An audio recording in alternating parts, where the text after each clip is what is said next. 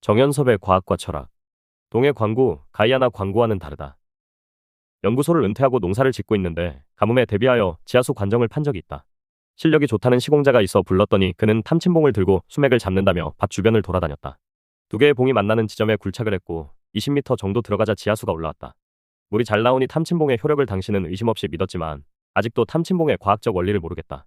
지하수 시공자를 떠올린 것은 지질 전문업체 액트지오의 비토르 아브레우 고문이 동해 광구에서 석유가 나올 가능성을 주장한 탓이다. 박정희 정권 시절부터 산유국을 꿈꾸며 시추를 했고 조금씩 나오던 동해 가스정도 2021년 폐쇄한 마당에 다시 동해에 무엇이 있겠는가. 아브레우 고문은 석유공사가 탐사한 3D 측정 자료를 해석하여 석유가 존재할 배사구조 7개를 발견했다고 했다. 국내외 전문가에게도 검증을 맡겼다고 하니 수맥 탐침봉 효력처럼 받아들였지만 의문은 여전하다. 석유는 땅에 차곡차곡 쌓인 유기물질이 분해되어 생성된다. 생성된 석유는 암석의 공극을 타고 올라가 바가지 같은 구조에 갇힌다. 사막에 배출수로가 없을 때 오아시스가 만들어지듯 가스나 석유가 빠져나갈 지하 배출 유로가 없으면 석유가 한 군데 모일 수 있다. 이런 구조를 배사구조라고 한다. 배사구조는 유기물질이 묻힌 근원암, 유기물질이 분해되어 석유로 모으고 있는 저류암, 휘발되어 날아가는 것을 막는 덮개암 등으로 되어 있다. 배사구조 안에는 가스, 석유, 물이 분리되어 들어있다. 배출수로가 없는 오아시스라도 비가 내리지 않으면 만들어질 수 없다. 중앙아시아의 사막에도 높은 산맥에서 눈 녹은 물이 모여 오아시스가 생긴다. 우리나라 동해에서 배사구조가 있더라도 퇴적물이 없으면 말짱 꽝이다. 유기물 존재 여부는 동해 형성 과정을 살펴야 알 수 있다. 동해와 인접한 한반도에는 고생대에 생성된 석탄광들이 제법 있으니 동해에 석유가 원래부터 없었다고 보기는 어렵다. 동해 가스전에서 2021년까지 가스를 뽑아냈으니 탄화수소의 존재는 이미 증명된 것이나 마찬가지다. 다음은 유기물 용량을 따져봐야 한다. 동해 형성 과정은 북해와 중동의 유전과 다르다. 북해와 중동의 유전 가스전은 고생대에서 시작된 흔적이 고스란히 남아있지만 동해는 신생대의 땅바닥에 침강으로 생겼다. 동해가 벌어지면서 일본은 한반도에서 멀어졌고 동해는 깊어졌다. 동해의 평균 수심은 1500m 정도이다. 고생대에 묻힌 석유가 있었더라도 지층이 벌어지면서 석유는 빠져나갔을 수 있다.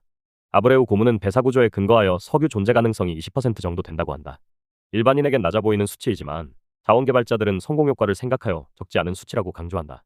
그러면서 아브레우는 현재까지 탄화수소는 검출되지 않아 탐사 리스크는 여전히 있다고 한다. 동해 가스전이 있음에도 불구하고 탄화수소가 검출되지 않았다는 주장은 액면 그대로 믿기 어렵다. 분석기술이 발전하여 지구의 모든 땅에서는 탄화수소가 검출될 가능성이 있기 때문이다. 지질학적 지식도 깊지 않은 필자로서는 하나의 의문을 풀고 나면 두 개의 의문이 더 생겨 답답했다.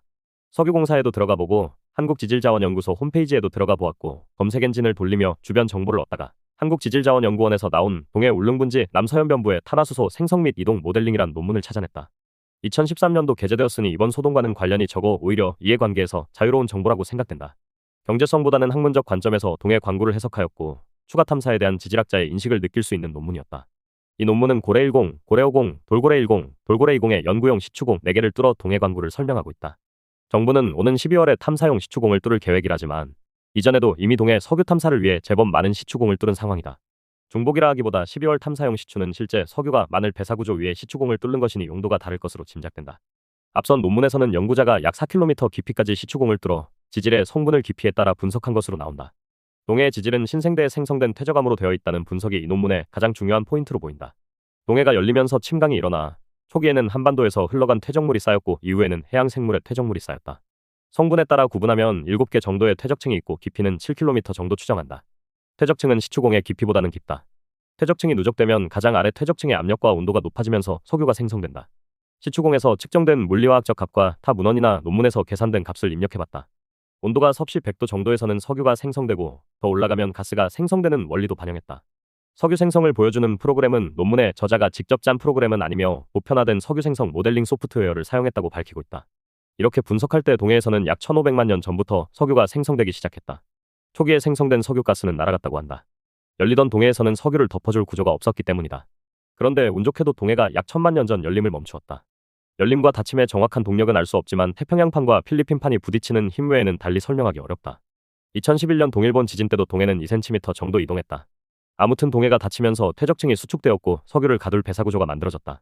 아브레우 고문이 배사구조를 찾아내기 위해 3D로 해석했지만 10년 전에 작성된 이 논문은 2D로 해석하여 배사구조를 찾았다.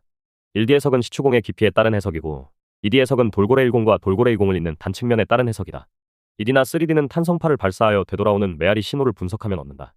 탄성파는 3차원 공간으로 퍼져나가니 3차원 지도를 얻을 수 있다. 3D 해석은 동해 광구의 전체 해석이니 배사구조의 정확한 위치가 특정지워진 것으로 보인다. 아브레우 고문은 배사구조를 찾았으나 탄화수소를 찾지 못했다고 기자회견에서 밝혔지만 이 논문에서는 모든 시추공에서 탄화수소가 0.5% 정도 검출되는 것으로 나타났다. 아브레우 고문은 동해 광구가 남미의 가이아나 광구와 비슷하다고 한다. 탄성파로 배사 구조를 보았고 이 논문에서도 배사 구조를 제시하니 고문의 주장이 틀리지는 않았다. 그러나 가이아나 광구와는 상당한 차이가 있는 것으로 보인다. 가이아나 광구는 공룡이 뛰어놀던 중생대 때 퇴적되었지만 동해 광구는 공룡이 멸망하고 한참 지난 후에 생성되었으니 동해 광구의 퇴적량이 적다. 가이아나 광구의 탄화수소는 약 3% 정도였다. 설령 동해 광구에서 석유가 나온다고 해도 가이아나 광구와 비교할 정도는 아닐 듯하다. 논문이 발표되고 10년이 흘렀으니 지질 정보들이 더 누적되고 정확해졌을 것이다. 이 논문도 정보가 보강되면 석유의 생성과 이동 현상을 더욱 정확히 해석할 수 있다고 한다. 석유공사가 최신 정보를 보내주어도 이 논문 이상 해석해낼 자신은 필자도 없다.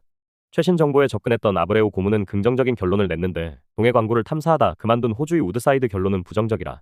이 차이가 어디에서 유래하는지 알고 싶을 뿐이다. 이 정도 정보로 투자를 결정해야 한다면 어떻게 할 것인가? 만일 필자가 석유공사 임원이라면 사업 지속을 요청할 듯하지만 개인적으로 통 크게 투자하라면 결정을 미룰 것 같다. 석유공사에서는 능동적으로 참여할 수 있지만 개인 주식 투자는 수동적이기 때문이다.